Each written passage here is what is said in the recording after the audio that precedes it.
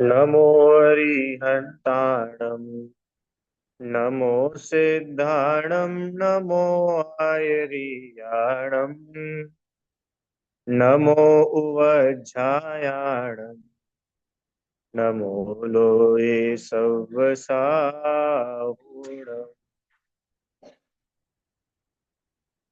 तीन भुवन में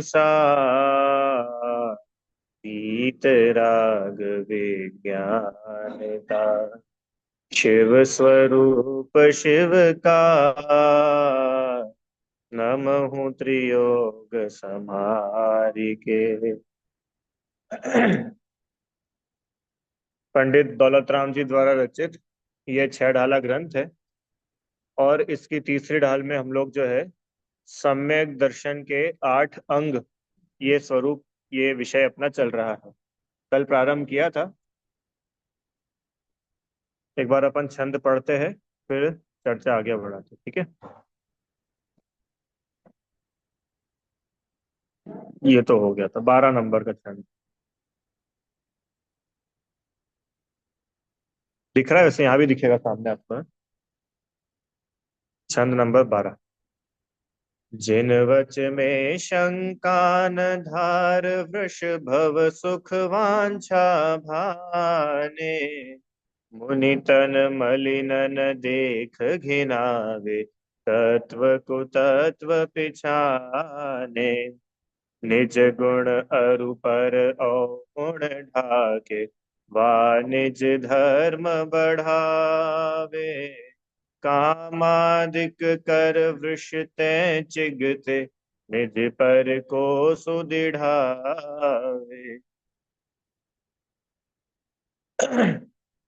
इस छंद में सम्यक दर्शन के 8 अंग बताए हैं। 8 अंग मतलब ये जो 8 बातें हैं, ये जो है सम्यक दर्शन में गुण उत्पन्न करती है। माने अगर ये आठों हमारे जीवन में है तो हम बहुत कुछ सम्यक दर्शन के पात्र है। अथवा जो सम्यक दृष्टि जीव है, उसके बाह्य जीवन में ये आठों बातें दिखती है। प्रश्न आया था ना कि भाई कोई सम्यक दृष्टि है और व्रति नहीं है, तो हम उसकी पहचान कैसे करेंगे। भैया कोई व्रति हो तो उसको तो बाहर से मुनिपना दिखेगा अथवा अणुव्रत दिखेंगे। पर जो व्रति ही नहीं है और सम्यक दृष्टि हो, उसकी क्या पहचान है। तो ये मोटी मोटी पहचान के चिन्ह है कि वो 8 अंग के साथ होगा और 25 दोषों से रहित होगा। तो उन 8 अंगों की यहाँ पर चर्चा चली है। तो पहली लाइन का जो पहला भाग है, जिन वच में शंकान धार, ये है पहला अंग। इसको बोलते हैं निशंकित अंग। क्या बोलते हैं? निशंकित। निशंकित माने शंका का नहीं होना। प्रश्न कि भैया किसमें शंका का नहीं होना। पहला अंग निशंकित, किसमें शंका का नहीं होना? कि जिन वच में, जिनेन्द्र भगवान के वचनों में शंका नहीं होना। तो क्या बिल्कुल अंधभक्ति से उसको स्वीकार करना है क्या? कि अंधभक्ति की तो बात ही नहीं है। अरे आपने जिनेन्द्र देव की श्रद्धा करी तो बिना उनका परीक्षा करे थोड़ी ना श्रद्धा की थी। अच्छा, इसको ऑन कर सकते हो आप? एक ये इसके ऊपर एक पावर का बटन है, बस उसको टच कर देना। ये ऊपर ऊपर ऊपर ऊपर ऊपर, हाँ यहाँ। हाँ बस वो लाइट जल रही ना, बस हो गया हो गया। जिनेन्द्र देव, जिन वाणी और जिन गुरु, इनकी श्रद्धा तो पहले करके आ ही चुके थे, बराबर। तो जिनेन्द्र भगवान की परीक्षा तो पहले ही हो गई थी। बिना परीक्षा की श्रद्धा नहीं होती है। अरे जिनेन्द्र भगवान की श्रद्धा करी, ये ही सच्चे देव है, अन्य कोई देव सच्चे नहीं है। ये परीक्षा तो पहले कर ही चुके थे ना। जो वीतरागी है, सर्वज्ञ है, हितोपदेशी है, 18 दोषों से रहित है, ऐसी जिनेन्द्र देव की परीक्षा की। उसके बाद ये निर्णय किया कि ये ही सच्चे है। जगत में अन्य जो देव कहलाते हैं वे सच्चे नहीं है, वे कुदेव है। ये सच्चे देव। अब अब परीक्षा की बात नहीं है। अब तो आपने उनकी परीक्षा करके उनका निर्णय किया, उनकी सच्ची श्रद्धा करी। अब उनके जो वचन हैं, उन वचनों में शंका नहीं करना। फिर प्रश्न आता है कि भैया हमको कैसे पता चलेगा कि ये जो वचन है ये जिन देव के ही वचन है। हो सकता है नाम किसी ने भगवान का लिख दिया हो और बात अपनी डाल दी हो, ऐसा भी तो हो सकता है। तो उसके लिए फिर शास्त्र में ही आचार्य देव ने जिनवाणी का भी लक्षण दिया। हमने जो बात भी की थी रत्नकरण श्रावकाचार में दिया है कि जो जिनवाणी होती है, जिनेन्द्र देव की वाणी होती है, एक तो वो वीतरागता का पोषण करने वाली होती है। उसके पढ़ने, उसके मनन चिंतन से मिथ्यात्व का नाश होता है। इसका कोई खंडन नहीं कर सकता, सभी जीवों का हित करने वाली होती है। ऐसे लगभग 6 पॉइंट्स उसमें दिए हैं, जिससे अपन ये निर्णय कर सकते हैं कि ये जिनवाणी जिनेन्द्र भगवान द्वारा ही कही गई। बराबर। तो ऐसा ये निशंकित अंग होता है। अब आज अपने को ये चर्चा करनी है कि जो सम्यक दृष्टि जीव है उसको जिनेन्द्र भगवान और जिनेन्द्र भगवान द्वारा बताया गया जो तत्व है, मार्ग है, उसमें तो शंका होती ही नहीं है। और उसने आत्मा की भी श्रद्धा करी ना। अरे भगवान की तो श्रद्धा करी ही सही, तो सर्वज्ञता की श्रद्धा हुई तो तत्व में तो शंका है ही नहीं। साथ ही उस जीव ने आत्मा की श्रद्धा करी तो उसकी जगत संबंधी भी सारी शंकाएं मिट जाती है।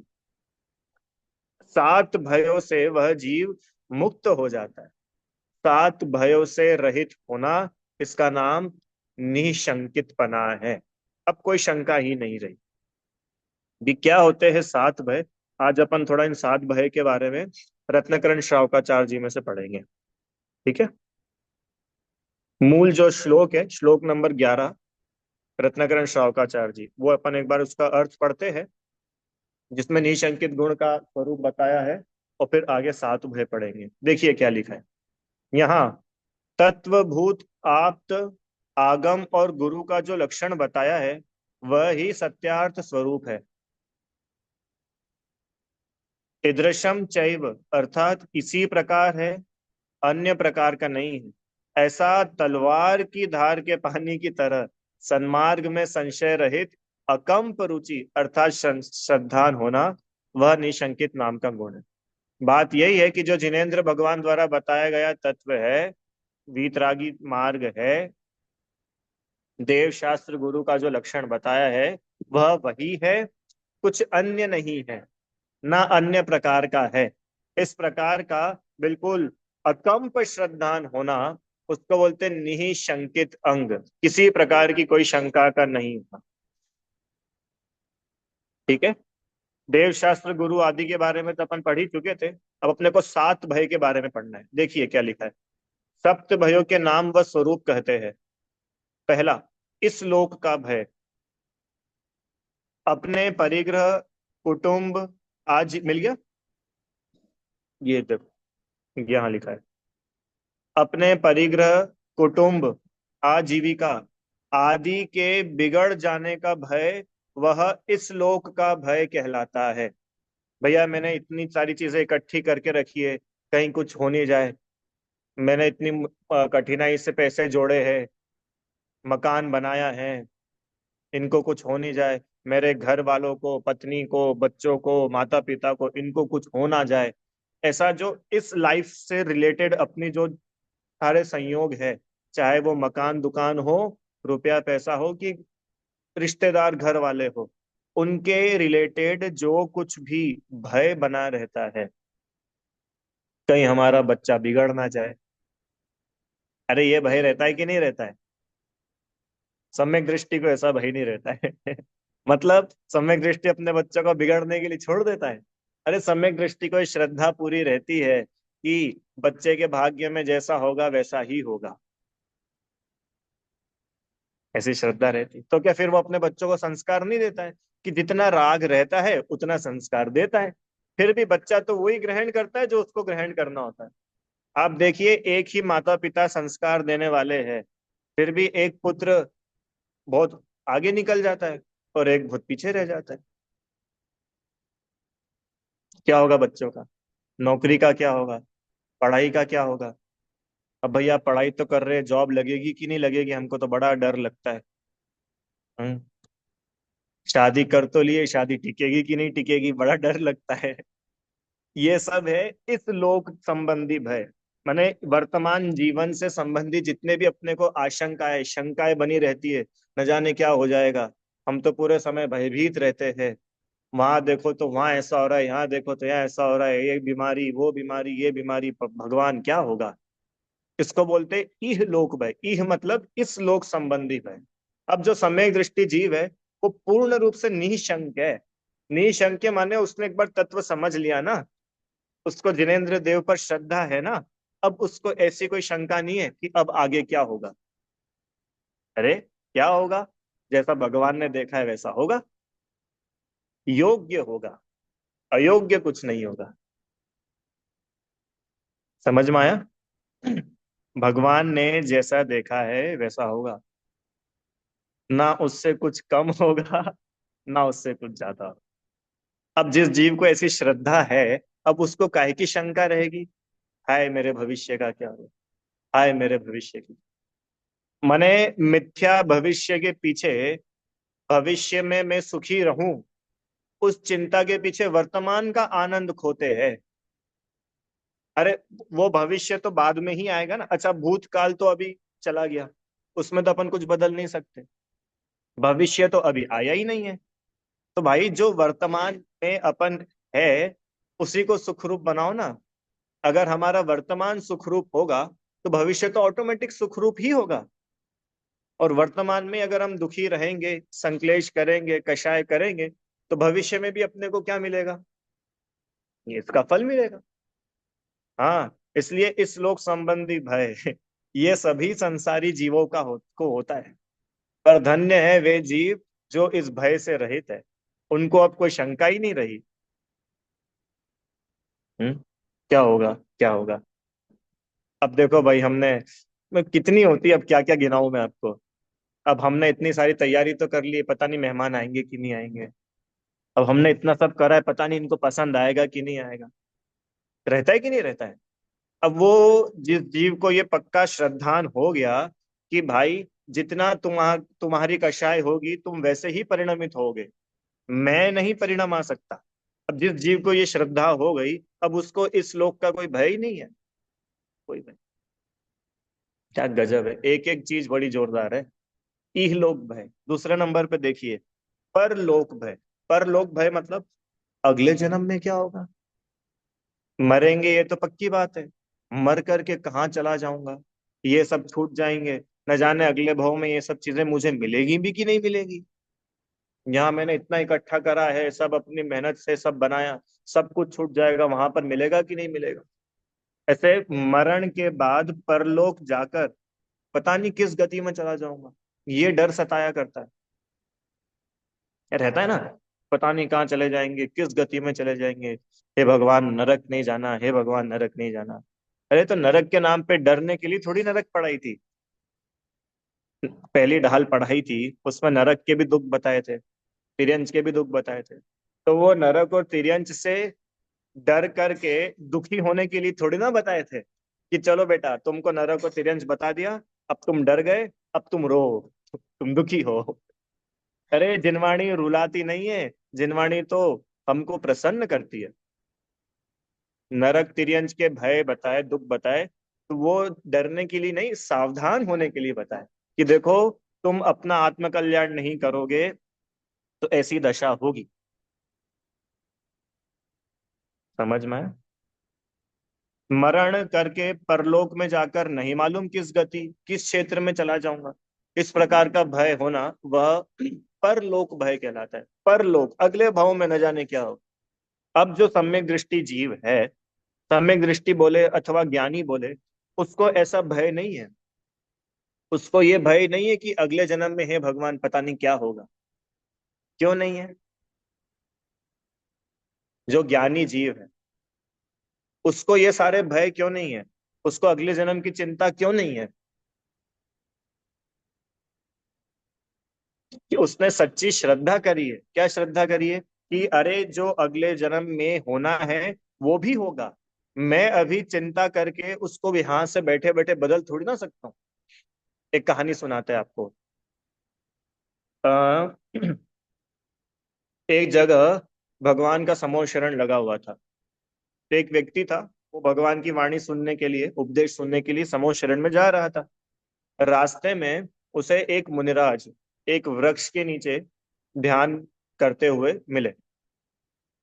तो वो पहचान गया था कि हाँ, कि ये जो मुनिराज है, ये तो भाई अपने गृहस्थ जीवन के, मतलब जब ये गृहस्थ थे तब अपने वो परिचित थे। तो उसको ऐसे ही एक जिज्ञासा हुई कि भाई अपन समूह शरण में जा रहे हैं, तो अपन भगवान से पूछेंगे। क्या पूछेंगे? कि वो जो मुनिराज वहां पर ध्यान कर रहे थे, उनका मोक्ष कब होगा, उनके कितने भव बचे, ऐसा पूछेंगे अपन भगवान।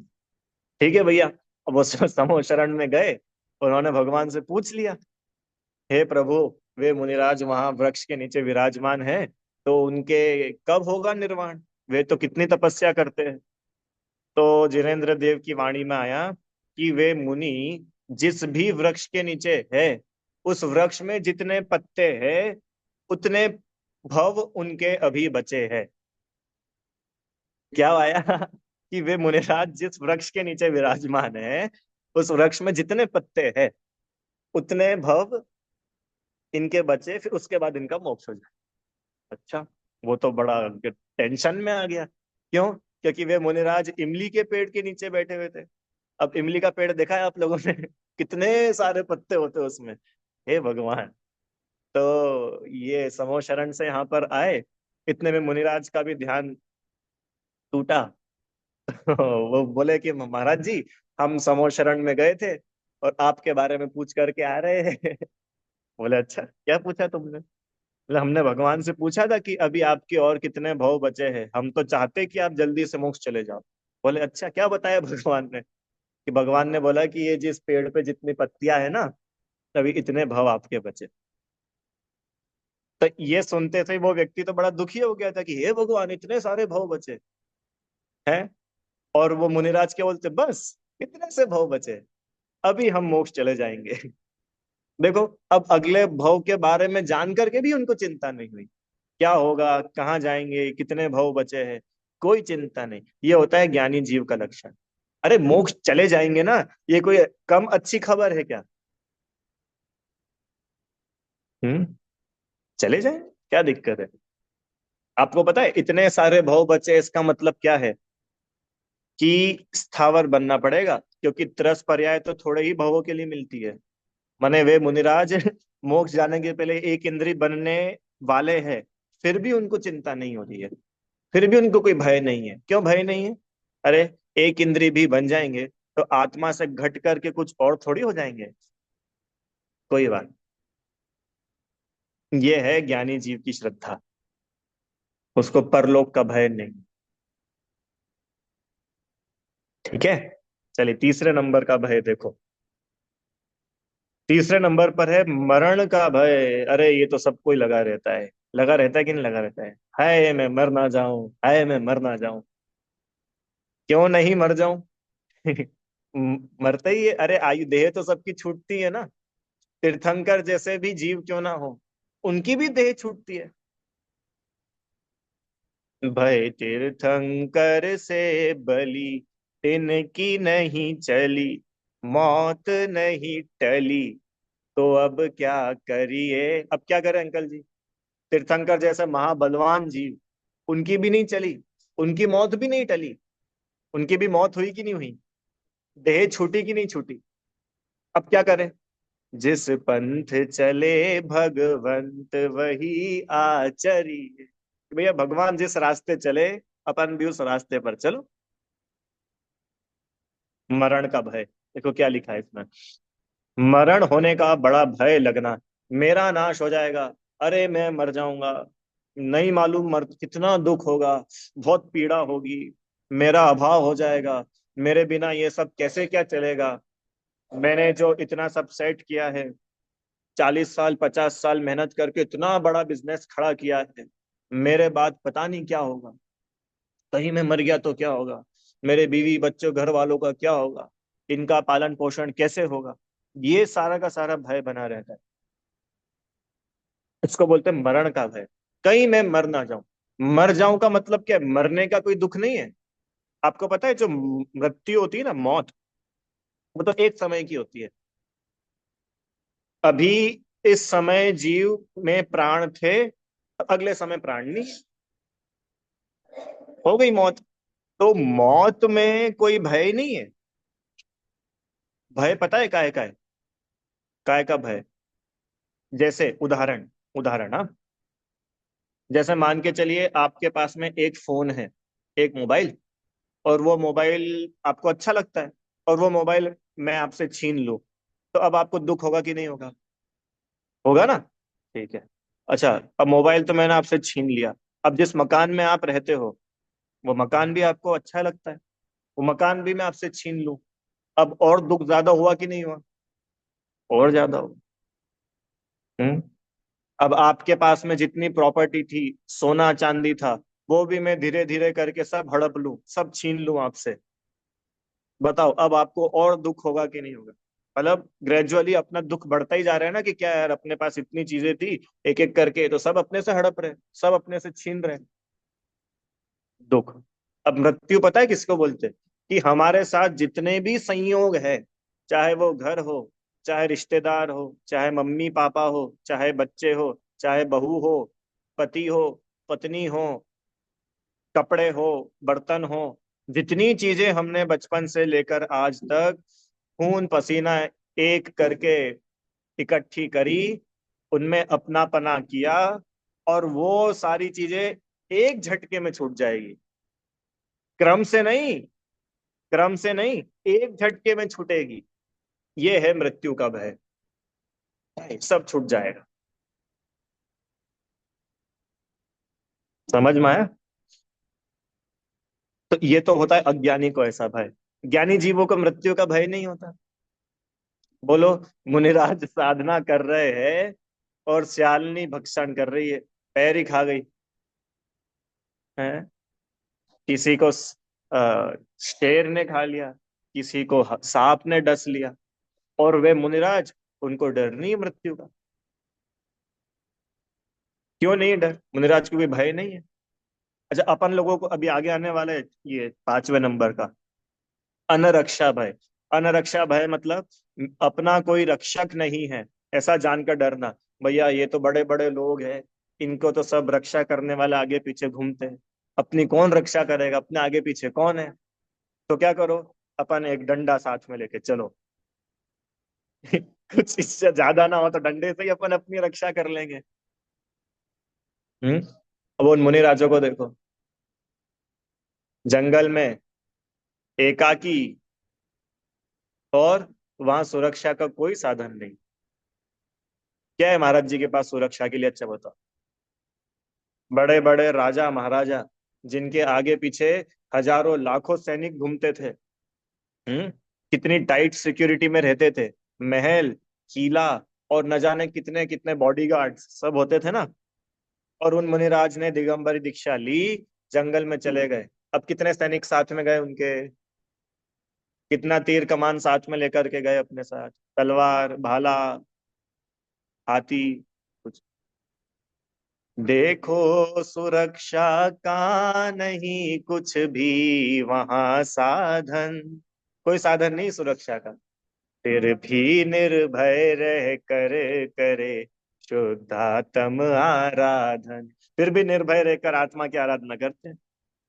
अस्त्रों शस्त्रों का संग्रह तो भय का ही मार्ग है। अस्त्र शस्त्र का संग्रह करके रख लो। अपने इंडिया में तो कल्चर कम है, यूएस वगैरह में तो लोग पिस्तौल रखते हैं घर में। अपनी सेफ्टी के लिए, सेल्फ डिफेंस। अरे ये तो डरपोक लोगों का काम है, जो अपने पास अस्त्र शस्त्र रखे।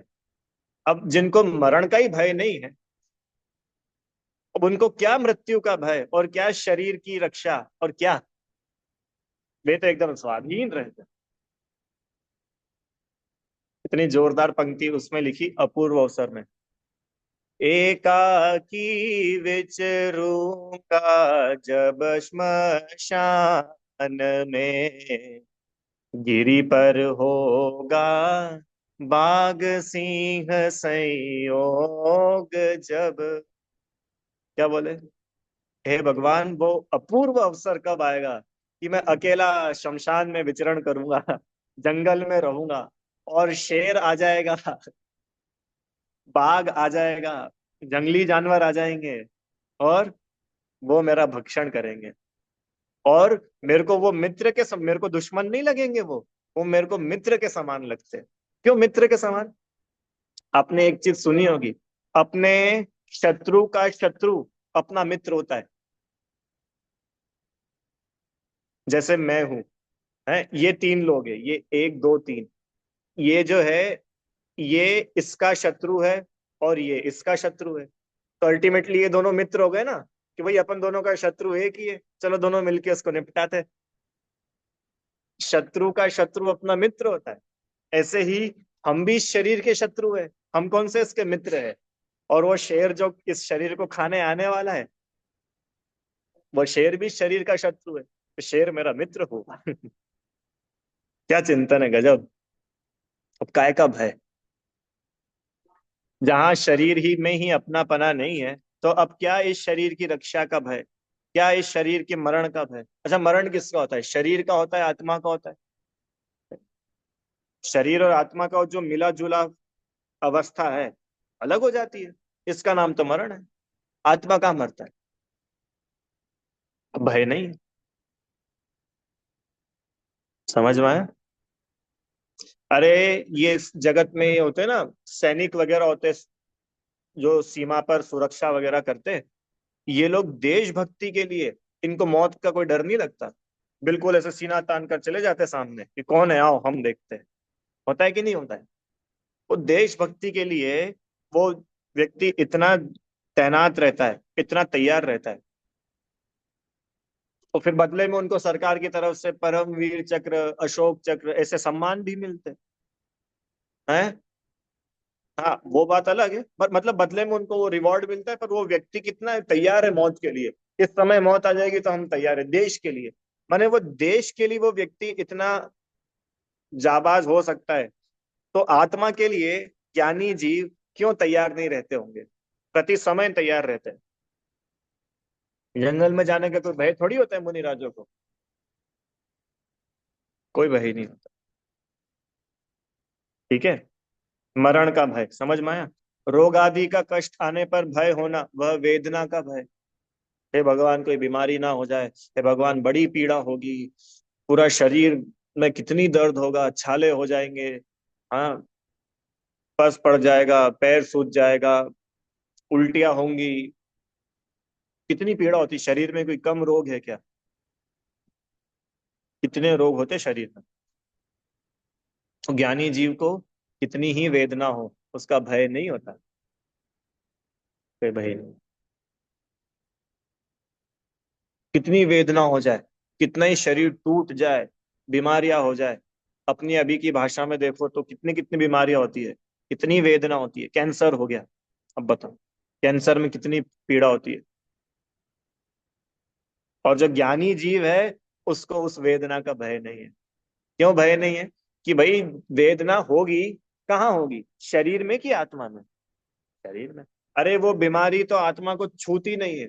मतलब मैं आपको ये बता रहा हूं कि मैं आत्मा हूं, बस इतना सा निर्णय करने पर हम कितने निर्भय हो जाते हैं।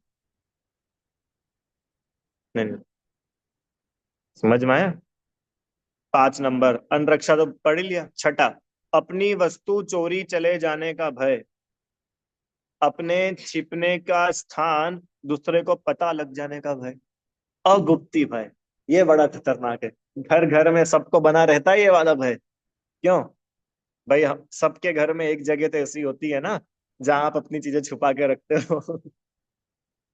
सब, किसी क्या रसोई में, किसी डब्बे के अंदर होती होगी, किसी की अलमारी में, किसी की पलंग के नीचे, गादी के नीचे, कहीं ना कहीं तो सबकी होती है। जहां आप लोग अपने कंगन रखते होंगे, अपना सोना चांदी रखते होंगे, अपने कागजात रखते होंगे, कितनी चीजें होती है। ऐसा भय बना रहना कि वो हमारी सीक्रेट जगह, जो गुप्त है, वो किसी को पता ना चल जाए, हमारे राज नहीं खुल जाए। हमने बहुत छुपते छुपाते बहुत सारे काम किए, कहीं हमारी पोल पट्टी ना खुल जाए। ये भय अगुप्ती, गुप्त मतलब होता है छुपना, अगुप्त माने उजागर ना हो जाए। समझ में? हमारे छिपने का स्थान किसी को नहीं मिल जाए, ये लिखा ही है। हमारी कोई वस्तु चोरी नहीं चली जाए। कितनी तिजोरियां रखते हैं लोग घर में, तिजोरी फिर ताला फिर ताला फिर अलमारी का ताला फिर कमरे का ताला फिर मकान का ताला। ये क्या है? ये अगुप्ती भय है। तो इसका क्या मतलब, आप क्या कहना चाहते हो भैया? हम कहीं बाहर जाए तो ऐसे ही घर खुला छोड़ के चले जाए? कि भैया खुला भले मत छोड़ के जाओ, पर उन चीजों में जो अपना पना है, उस अपने पने को तो छोड़ के जाओ। हम्म। रीता आंटी, मान के चलो आपके घर में 5 लाख रुपए का कुछ सामान रखा है, ठीक है? उदाहरण, आप लोग चले मत जाना इनके घर देखने। उदाहरण, इनके घर कुछ 5 लाख रुपए का, 10 लाख रुपए का कुछ सामान रखा है, कि भैया ठीक है कोई सोना चांदी रखा होगा या ऐसा ही कुछ भी रखा है। अब मान के चलिए आप जो है समय शिखर जी गए यात्रा पर। हाँ, इतने में आप पहुंच गए वहां पर मधुबन, और आपके पास फोन आया कि आपके पड़ोसी का, कि आपके घर का ताला टूटा हुआ है। अब बताओ कैसी अपनी धक धक धक धक बढ़ेगी। होगा कि नहीं होगा? अपने पड़ोसी का बस इतना सा फोन आ जाए क्या, भैया वो आपके मकान का ताला टूटा हुआ है। वो जब ताला टांग के गए थे ना, और जबकि वो 5-10 लाख रुपए की जो रकम है, वो तो अपन अंदर कमरे में तिजोरी में रख करके आए थे। वहां तक का तो अभी अपन ने देखा भी नहीं है जा करके। सिर्फ बाहर का ताला टूटा है, ये सुनते से ही कितनी आकुलता बढ़ी। बढ़ी कि नहीं बढ़ी? हे भगवान कहीं चोरी नहीं चले जाए, हे भगवान कुछ होगा क्या, चोर नहीं आ जाए। धीरे धीरे बोलो, दीवारों के भी कान होते हैं। यह गुप्ती भय है। इसका मतलब क्या ज्ञानी को भय नहीं होता है क्या? क्या ज्ञानी नहीं होता है? कि ज्ञानी को भी अगर होता है तो वो ज्ञानी की शोभा नहीं है, वो राग है। अगर रामचंद्र जी भी सीता के लिए जंगल जंगल भटक रहे थे, तो वो कोई रामचंद्र जी की शोभा नहीं थी, वो कलंक था, राग था वो। समझ में आ रहा है ना भैया? वो श्रद्धा में तो उनको ये व्यवस्थित है कि ये पर द्रव्य में सुख नहीं है, फिर भी अभी उतना राग नहीं टूटा, तो जंगल जंगल पत्ता पत्ता झरना झरना पूछ रहे, आपने हमारी सीता को देखा? समझ में आया? तो सबसे पहले में पहला काम, पर द्रव्यों में अपनत्व छूटे, इनमें कुछ मेरा अपना पना है, ऐसी श्रद्धा छूटेगी, तो फिर उसमें राग छूटेगा। समझ में आया? छह। सातवां, अचानक दुख उत्पन्न हो जाए। अचानक कोई दुख उत्पन्न ना हो जाए, उसको कहते हैं अकस्मात भय। अकस्मात मतलब है अचानक, अचानक कुछ नहीं हो जाए, एकदम से कुछ नहीं हो जाए, इसका भय होता है कि नहीं? अचानक से कुछ हो गया। हम्म। क्या क्या हो जाता है अचानक से? कुछ भी हो सकता है। कितनी चीजें ऐसी होती है जो बिल्कुल अचानक ही, अरे हमने तो सोचा ही नहीं था, अभी तो हम उनसे मिल के आए थे, अचानक से हमको एक खबर मिल गई। अचानक। सुनो भैया, अचानक कुछ होता ही नहीं है। हर चीज अपने समय पर होती है, अचानक कुछ नहीं होता। हाँ, हम उसके लिए तैयार नहीं थे, इसलिए हमको ऐसा लगता है कि एकदम अचानक से हो गया, पर अचानक से कुछ नहीं होता है। अरे जब जो चीज जैसी होनी है। अच्छा मेरे को एक बात बताओ, जैसे आ, अपन जैसे मान के अभी जैसे शादी वगैरह का सीजन है ना, तो आप लोग कहीं शादी में जाओ और आपके कोई रिश्तेदार का बच्चा आपको 3-4-5 साल बाद मिले, हाँ, तो उसको देखते से अपन क्या बोलते हैं, अरे तुम तो अचानक बहुत बदल गए यार, तुम तो बहुत बदल गए। तो अपने को कैसा लगता है कि भाई इसे 1 सेकंड में ये मोटा हो गया हो, 1 सेकंड में लंबा हो गया हो। अरे ऐसा थोड़ी भैया, वो अचानक कुछ नहीं हुआ है। समय समय समय समय समय होते होते सब चीज अपने ही समय पर हुई है। हम उसके लिए तैयार नहीं थे, तो हमको ऐसा लगता है कि अरे अचानक से हो गया। अचानक से कुछ नहीं होता, भी अचानक से नहीं होता। अभी अगर बैठे बैठे भूकंप भी आ जाए ना, और अपन धरती में समा जाए, तो भी ये अचानक से नहीं हुआ है। व्यवस्थित जब होना था तब ही हुआ। कितनी निर्भरता है सोचो। समझ में आया? अभी अगली लाइन देखो कितनी समझने वाली है। अपना और पर का स्वरूप सही सही जानने वाले सम्यक दृष्टि को ये सात भय नहीं होते हैं, क्योंकि वो निशंक होता है। उसको ना अपने बारे में कोई शंका रही, ना पर के बारे में कोई शंका रही। उसने अपना भी स्वरूप भली भांति पहचान लिया और पर का भी स्वरूप भली भांति पहचान। उसने ये जान लिया, मैं जीव हूं, मेरा कभी नाश नहीं होता। और उसने ये जान लिया, ये पुद्गल है, ये इसका नाश हुए बिना रहता नहीं है। अब आप उसको डरा के बताओ, अब आप उसको भयभीत करके बताओ, ज्ञानी जीव नहीं होगा। क्यों? क्योंकि वो निशंक है, उसको कोई शंका नहीं है। अरे होता है ना, जैसे हम्म, अपन किसी दुकान पर खरीदी करने जाओ अंकल जी, और अपने को वो कपड़े की क्वालिटी की परख है। अब दुकानदार अपने को ठग नहीं सकता है। क्यों? क्योंकि अपन बिल्कुल निशंक है, अपने को कोई शंका नहीं है। अपने को मालूम है ये क्वालिटी का जो कपड़ा है, ये इतने रुपए का मार्केट में मिल रहा है। अब अपन ठगा सकते हैं क्या? नहीं ठगा सकते। क्यों नहीं ठगा सकते? कि भैया कोई शंका नहीं है, हमको सब सब मालूम है। पर अपन ही बोल देते भैया हमको मत समझा, हमको सब मालूम है, ज्यादा हमको सिखाने की जरूरत नहीं है। अपन ही बोल देते कि नहीं बोल देते? क्यों? क्योंकि भाई अपन ने स्वरूप व्यवस्थित समझ लिया है। अब अपने को कोई भय। ऐसा जो ज्ञानी जीव है, उसको किसी प्रकार का कोई भी भय नहीं होता। गजब। ठीक है। अब इसी का थोड़ा सा इन्होंने एलोबरेशन आगे इसमें और किया है। अब ये आप लोगों का होमवर्क है कि ये रत्नाकरण श्लोकाचार्य जी में से पढ़ना। 11वां नंबर जो श्लोक है ना, उसके भावार्थ में पूरा दिया है सातों तत्व भयों के बारे में। अभी हम आपको एक अच्छी चीज पढ़ाते हैं। ये सात भय से रिलेटेड ही है।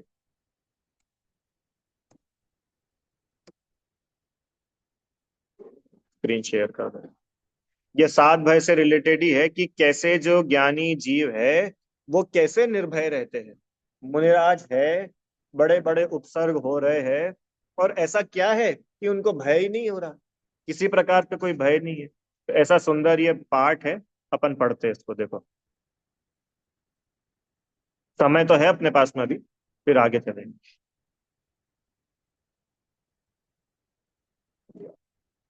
चलो।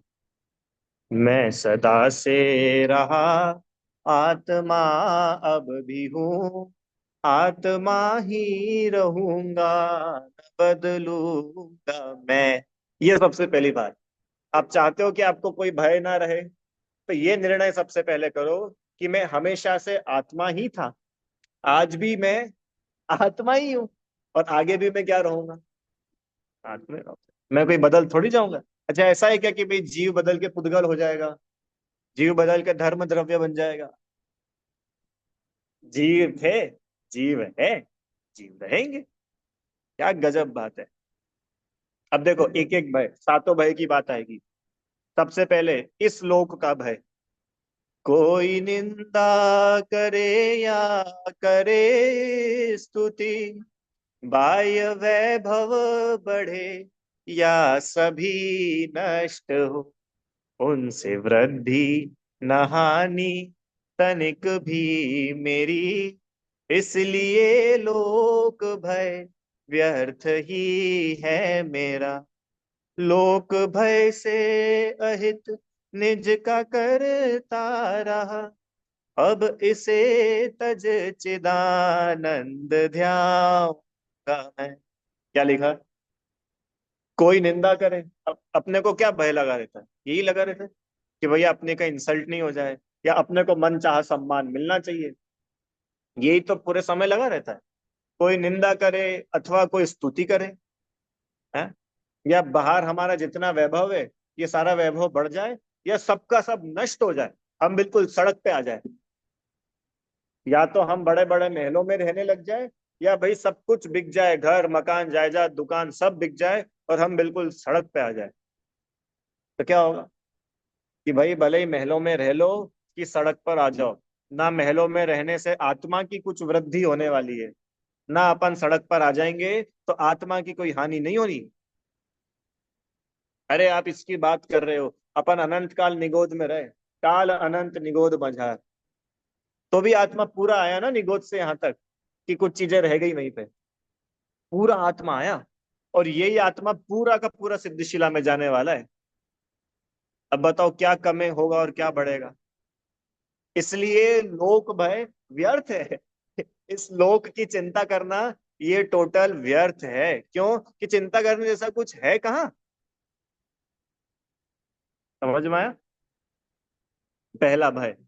दूसरा, बुद्धि एकत्व की व्यक्त पर्याय में, इसलिए भव जगत में मैं धारण किए, सुर न नारक न तिर्यंच मानुष हुआ, ये तो नष्ट हुई मैं तो शाश्वत रहा, सोचना व्यर्थ पर लोक की भी मुझे, मूर्छा ये भी तजूं सुख भोगूं का। क्या गजब।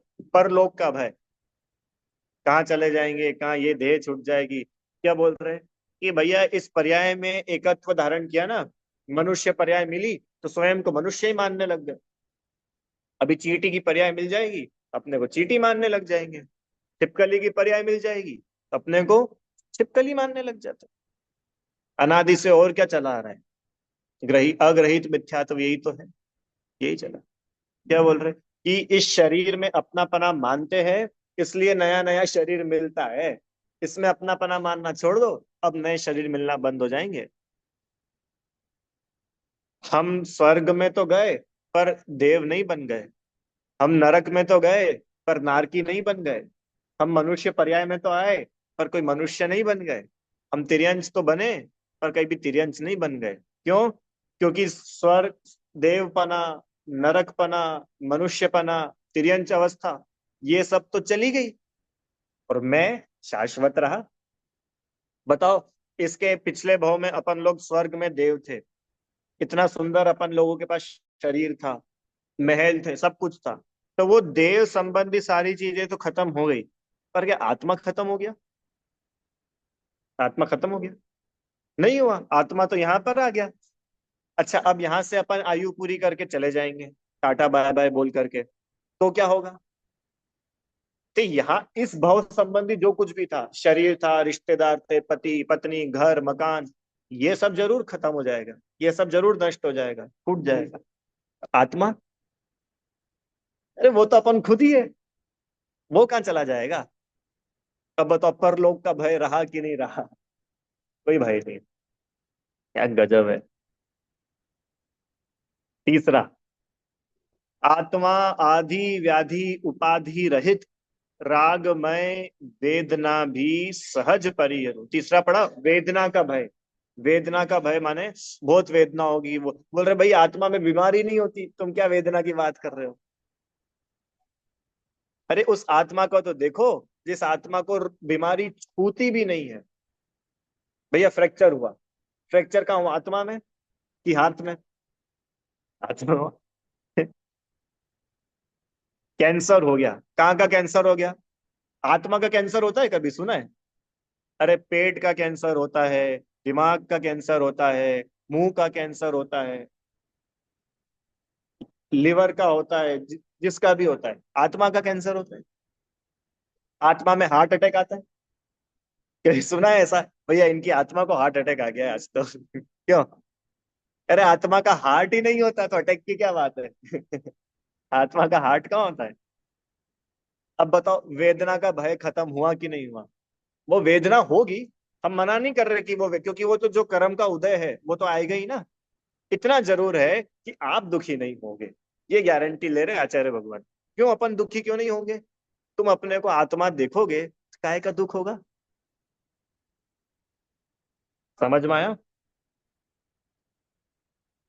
तीसरी लाइन, जीव का मरण कभी भी होता नहीं, तो द्रव्य दृष्टि से भय, मरण का भी तजु। आत्मा का मरण होता, हाँ पर्याय जरूर छूटती है, ये जरूर है कि भैया अभी मनुष्य के साथ में अपन मिले जुले थे, आयु कर्म था जितना, उतने समय साथ में थे, आयु कर्म पूरा हुआ तो ये पर्याय छूट गई। ठीक है, वो तो जिसका संयोग हुआ था उसका वियोग तो होगा ही सही। रोग होता रहे, मौत होती रहे, क्या सुंदर लिखा है देखो। रोग होता रहे, मौत होती रहे, अब कभी भी न इन रूप होगा मैं। अब कितनी बीमारियां होती जाए या कितनी मौत आ जाए, ना मैं बीमार होऊंगा ना मैं मरूंगा। क्यों? मैं सदा से रहा आत्मा, अब भी हूँ आत्मा ही रहूंगा। मैं बदलूंगा ही नहीं, चाहे कितनी बीमारी आ जाए। क्यों? आत्मा का हीमोग्लोबिन लेवल क्या होना चाहिए? 10 की 12 की 13 की 14? आत्मा का हीमोग्लोबिन लेवल होता है। वो ब्लड टेस्ट कराते हैं ना, सीबीसी वगैरह, क्या क्या जांचें होती है। तो और जांच आती है तो अपन कितने एकदम टेंशन में आ जाते हैं। भैया प्लेटलेट्स इतनी कम हो गई, और हीमोग्लोबिन तो भैया 8 ही रह गया। अरे, किसी की भी ऐसी रिपोर्ट आती तो अपन टेंशन में आते कि नहीं आते? पर एक बार आप उस जीव को शरीर से भिन्न आत्मा देख करके देखो, अब अपने दुख खत्म हो जाएंगे सारे। हम्म। चलो आगे। चौथा छंद। चौथा ही, हाँ। कितने भय हो गए? इस लोक का भय, परलोक का भय, वेदना का भय, और मरण का भय। 4 हो गए ना? अब आगे देखिए। निज निज प्रदेशत्व रूपी किले बंदी है, जिसको रक्षित रखे निज का अस्तित्व है। ये क्या हो गया? जो अनरक्षा का भय था ना, कुछ चला नहीं जाए, कुछ चला नहीं जाए, तो बोल रहे भैया आत्मा अपने प्रदेशों में ही पूरा है, अपने प्रदेशों से बाहर आत्मा कभी जाता नहीं। आत्मा अपने प्रदेशों से बाहर कभी होता ही नहीं। अब क्या चोरी चला जाएगा? गुण अगुरु लगा सदा आत्मा में रहे, आत्म वैभव में ना हानि ना वृद्धि। अरे एक बार स्वभाव को तो देखो, जिसमें कुछ बढ़ता नहीं, जिसमें कुछ घटता नहीं। अनंत गुण, जब अपन निगोद में थे ना, तब भी अनंत गुण थे अपने अंदर। निगोद से निकल करके पेड़ पौधा बने थे, तब भी अपने अंदर अनंत गुण थे।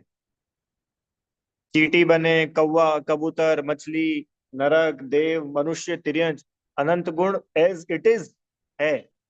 और पता है, अपन भगवान बन जाएंगे ना, तब भी अपने में अनंत के अनंत ही रहेंगे, कुछ बढ़ेंगे नहीं, उतने ही रहेंगे। समझ में आया? इसलिए चिंता रक्षा तथा गुप्ति की तज, परम पद को शीघ्र पाऊं। 2 भय और बता दिए इसमें, चिंता का भय और गुप्ति का भय। 5 हो गए। अब देखो अंतिम, अकस्मात, जो अकस्मात वाली बात की थी। अंतिम छंद सुनिए। परिणमन का समय क्रम भी निश्चित रहे, काल लब्धि से होते हैं परिणाम सब। आ गए ज्ञान में सर्व ज्ञाता के सब, मेरी चिंता से होता कभी कुछ नहीं।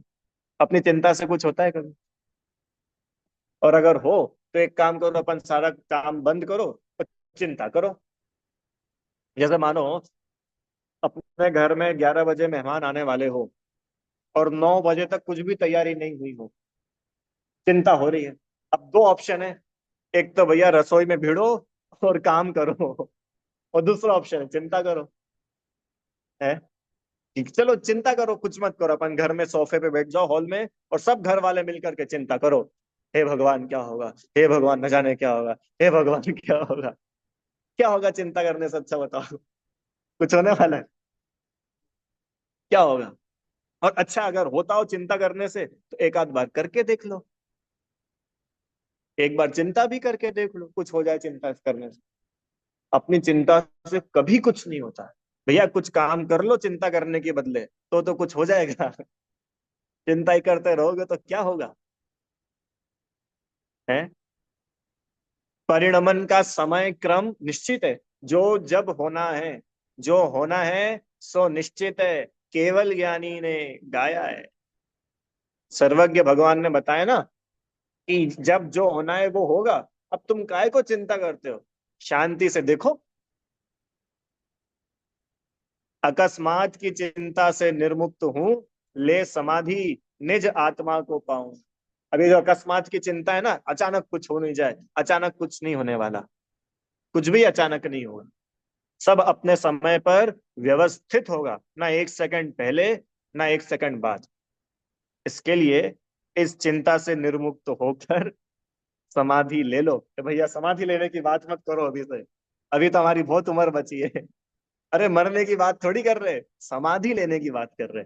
समाधि लेना मतलब वस्तु स्वरूप को समझो और निर्भर रहो, इसका नाम है समाधि। ठीक है। कितनी सुंदर ब्रह्मचारी रविंद्र जी आत्मन इन्होंने लिखी है ये रचना। बहुत सुंदर रचना है। डेली पढ़ना चाहिए, ऐसी है। अपने रोज के जो भय है ना सारे के सारे, वो ऐसे दुम दबा के भाग जाएंगे। एक आत्मा के सामने कुछ भी नहीं टिकता, आठों कर्म भाग जाते। ठीक है। तो ऐसे कौन होता है ऐसा निशंक? सम्यक दृष्टि जी। सम्यक दृष्टि मतलब माने जिसने सही सही चीज समझ ली है। मैं आत्मा हूं, मैं शरीर नहीं। और जितने भी मेरे को दिन भर सुबह शाम रात दिन टेंशन लगी रहती है, वो ये सब बाहर दुनियादारी की लगी है। और इस दुनियादारी में मेरा कुछ चलता नहीं है। क्या गजब। एक बार और बोले अपन आखिरी लाइन, फिर छुट्टी। मैं सदा से रहा आत्मा, अब भी हूँ आत्मा ही रहूंगा, न बदलूंगा। क्या 1 करोड़ का घाटा हो जाए अंकल जी, तो क्या बोलना है अपने को? हो सकता है आप करोड़पति से घट करके लखपति हो जाओगे, पर आत्मा से घट करके कुछ नहीं होंगे। समझ में आया? भयंकर एक्सीडेंट हो जाए और हाथ पैर अपने टूट जाए, तो हो सकता है कि सुंदर शरीर से कुरूप शरीर वाले हो जाएंगे, विकलांग हो जाएंगे, पर आत्मा से घट करके कुछ नहीं होंगे। समझ में है? इस प्रकार से जो जीव स्व और पर के स्वरूप को भली भांति जानता पहचानता है, उसके जीवन में निशंकता आती है। और निशंकता आने से उसका जीवन बहुत निर्भर हो जाता है। किसी प्रकार का कोई भय नहीं रहता, कोई चिंता नहीं रहती, कोई टेंशन नहीं रहती। अब ऐसा जीव आनंद करता है। अब ऐसा जीव आनंद करता है तो फोकट के कर्म क्यों बांधेगा? उसको संवर भी हो जाता है। वो संवर से रिलेट करो, तो ये जो कर्म आते रहते हैं ना, अब ये इतना सोचेगा ही नहीं, इतनी बुद्धि ही नहीं चलाएगा, क्यों कर्म आएंगे? कर्म आना रुक जाएंगे। कर्म आना रुक जाएंगे तो ये भगवान बन जाएगा। बताओ सरल है कि कठिन है? सरल है, सरल है। ठीक है। चलो जिनवाणी स्तुति करते हैं। हे जिनवाणी भारती, तो ही जपू दिन रैन, जो तेरी शरणा गए, सो पावे सुख चैन। जा वाणी के ज्ञान से सूझे लो कालो, सो वाणी मस्तक नमो सदा देते हूँ तो।